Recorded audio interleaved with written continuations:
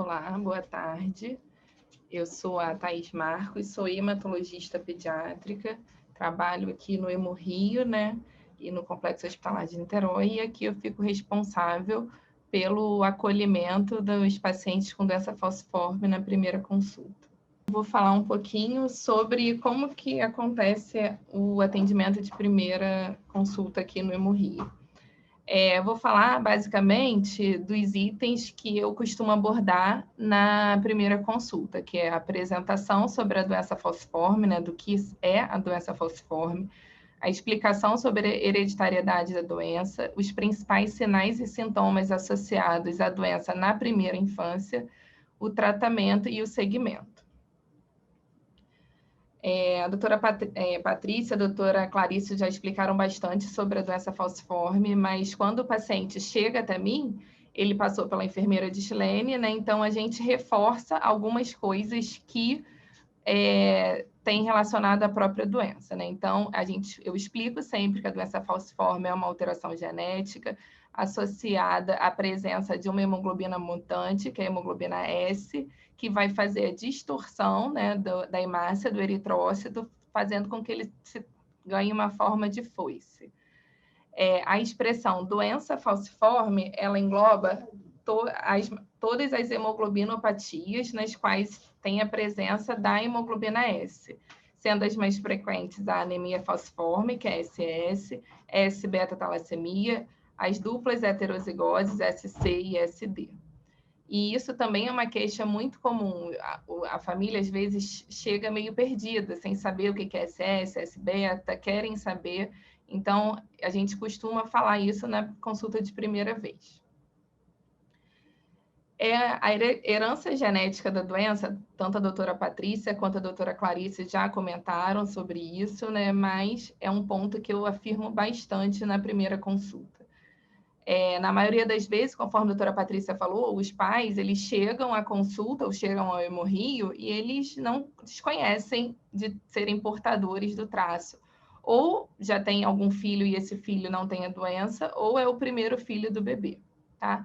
Então, eu sempre explico, dando um exemplo, né, dos dois pais portadores do traço S, que na formação do bebê, existe 25% de chance de ter a doença falciforme, né? 25% de nascer sem a doença, AA, e 50% de chance de ter o traço. Isso é uma coisa que a gente precisa reforçar, mesmo todos eles, às vezes, já tendo conhecimento. Porque não é incomum termos famílias aqui no Hemorrio onde ele tem mais de um paciente com a doença falciforme. Então, agora eu vou falar sobre os principais sinais e sintomas que eu começo a conversar com a família. A doença falciforme, ela pode se manifestar de várias maneiras, desde sintomas mais leves até sintomas mais severos. Isso tudo vai variar de acordo com a idade da criança, o tipo da doença falciforme e com os cuidados que a própria família tem para prevenir alguns desses sintomas. Os sintomas relativos à doença, normalmente, eles acontecem após os 6 meses de vida, porque a criança, durante a gestação, né, o período embrionário, ela produz hemoglobina fetal, e conforme vai envelhecendo, a gente vai perdendo essa capacidade de produção da hemoglobina fetal e começa a predominar a hemoglobina S e os seus efeitos. A crise de dor é uma das complicações mais frequentes e, às vezes, ela é a primeira manifestação da doença. A dor, ela pode atingir qualquer local do corpo, braço, perna, barriguinha, e essas crises, elas têm duração variável e pode ocorrer várias vezes ao ano, ou tem aquela criança que quase nunca tem sintoma nenhum e, às vezes, ela começa a se manifestar com as crises dolorosas. Normalmente, essas crises, elas são associadas a ou mudanças de temperatura, períodos do ano, né, muito frio, conforme a enfermeira Dilene falou, banhos de água muito gelada, infecções, estresse emocional ou desidratação. Então, para evitar isso, a gente reforça sempre na primeira consulta a necessidade de evitar expor a criança ao frio, sempre manter a criança mais hidratada e prestar atenção aos sinais de crises de dor. Normalmente, uma criança muito pequena, ela vai se manifestar apenas com choro. E aí a gente precisa orientar a família a ter todos os cuidados, né? E caso não tenha melhora, usar algum tipo de analgésico. Um outro sinal que a gente precisa observar é a icterícia. É um sinal frequente quando a hemácia ela hemoliza, né? Ela destrói, ela leva a formação da bilirrubina, né, no vaso sanguíneo. E essa bilirrubina ela vai fazer com que a urina da criança fique mais escura e o branco dos olhos mais amarelados. Junto com a icterícia, a gente tem que observar a anemia. A hemácia falciforme ela é, então, destruída e isso vai gerar uma queda dessa hemoglobina.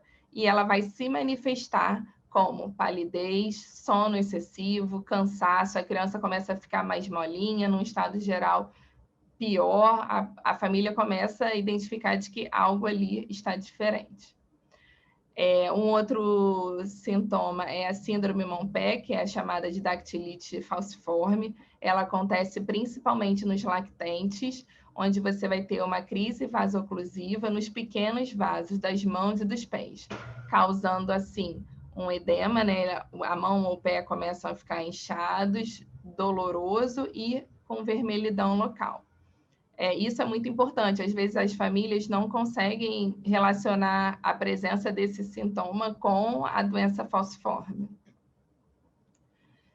Um outro sintoma muito comum é a infecção. A infecção é a principal causa de morte em pacientes com doença falciforme, em crianças com doença falciforme. Existe o risco aumentado de sepse ou meningite por estreptococcus e hemófilos influenza, chegando a ser até 600 vezes maior do que na criança sem a doença falciforme. Então, é um outro ponto que eu sempre reforço com a família. A criança ela deve ser levada a um atendimento médico, que pode ser aqui no Hemorrio ou numa emergência mais próxima de casa, porque nem sempre o paciente mora aqui na região próxima, em caso dos sinais de infecções, como febre acima de 37,8, tosse, diarreia, queda do estado geral, uma febre persistente que não tem relação com vacinação ou que a criança tenha um estado geral comprometido, a gente pede para levar imediatamente, até porque as infecções são graves nos pacientes com doença falciforme. Um outro ponto que eu considero o mais importante e que eu acho que o paciente ele não pode sair de dentro da primeira consulta médica sem ouvir falar e sem saber palpar o baço.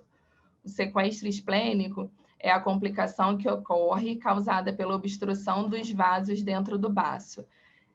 Quais são os sintomas? Isso vai levar a uma dor na região abdominal, no quadrante superior esquerdo do abdômen, um aumento do volume abdominal, palidez e queda do estado geral. Então, uma criança que às vezes estava muito bem e depois começa a ficar mais pálida, mais prostrada, a mãe consegue notar um aumento do volume abdominal. Essa é a complicação mais grave que tem.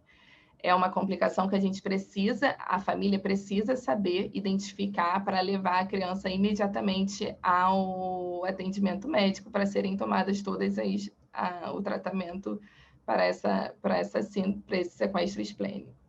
Na primeira consulta, a gente sempre orienta em relação à palpação do baço, onde o baço ele é um órgão que fica localizado no quadrante superior esquerdo do abdômen, normalmente embaixo da última costela, e aí a família vai sendo toda a consulta treinada a palpar o baço e ver qual seria o normal, né, para quando acontecer o sequestro, ela ser capaz de identificar. Outros dois sintomas menos comuns na primeira infância, mas que podem acontecer, são a síndrome torácica aguda, onde a criança vai ter uma queixa de dor torácica, febre, pode ter ou não febre, né? Falta de ar e uma queda da saturação basal. normalmente em crianças um pouquinho mais velhas, depois de 2 anos de idade, e as úlceras de pernas, que também são mais comuns em crianças mais velhas e os adolescentes. Depois dessa primeira conversa sobre os principais sinais e sintomas que a família precisa ficar atenta, a gente parte para a parte do tratamento. Inicialmente, a gente fala sobre a imunização, ou seja, pacientes com doença falciforme, ele segue o calendário básico de vacinação do Ministério da Saúde, sendo que, por eles serem portadores de doença crônicas, em determinados momentos eles vão ser encaminhados para o CRIA, que é para o Centro de Vacinação de Vacinações Especiais, para que sejam fornecidas vacinações que não são fornecidas pelo calendário básico. A gente sempre estimula o aleitamento materno, né, principalmente até os 6 primeiros meses de vida, e a gente começa o tratamento com a profilaxia antibiótica, né? Como as infecções são a principal causa de morte, então a gente começa a profilaxia com antibiótico. O antibiótico de escolha é a penicilina, que pode ser através da bezetacil ou da fenoximetilpenicilina, que é oral. Caso o paciente seja alérgico à penicilina, a gente faz o uso da eritromicina. A profilaxia antibiótica ela é feita até os 5 anos de vida, normalmente. Um outro ponto é a suplementação vitamínica com o ácido fólico. É o único suplemento vitamínico que nós do Hemorrio usamos. A gente não faz suplementação de ferro, porque o paciente ele já tem uma tendência maior à absorção do ferro, né? Então, a gente não faz, a não ser que tenha comprovação de que há uma carência de ferro nesse paciente. E a gente orienta em relação à analgesia em casos de crises dolorosas. A gente sempre orienta como identificar e como ela poder tratar inicialmente em casa, porque às vezes é uma crise leve, que a mãe não precisa, os pais não precisam trazer no hospital, mas que a gente deixa com analgésico em casa, caso precise. Depois disso, caso o paciente não tenha recebido nenhuma dose de profilaxia do antibiótico, a gente pede para fazer no Hemorrio, né, na consulta de primeira vez, caso a família queira, né, fazer o injetável ou não, ele leva o antibiótico oral. E aí a gente dá o segmento. O segmento, como é que é feito? Até os 2 anos de vida, normalmente as consultas se seguem a cada 2 meses. De 2 anos aos 12 anos, a consulta a cada 3 meses. E a partir de 12 anos, mais ou menos em torno de 4 meses, sendo que isso vai variar muito com a necessidade de cada paciente. Tem paciente que é um paciente mais grave ou que tem histórico de sequestro esplênico, que a gente vai ver com um intervalo menor. A gente também faz o encaminhamento, né, para o acompanhamento multidisciplinar com a odontologia, fono, psicóloga, nutrição e a consulta com a enfermagem. Então, como considerações finais, o diagnóstico precoce da doença falciforme no programa de triagem neonatal constitui uma medida positiva na redução da morbimortalidade. Conforme a doutora Patrícia falou, nosso principal objetivo é ter um diagnóstico precoce para evitar que essa criança sofra consequências maiores da doença. Vou falar um pouquinho do nosso grupo.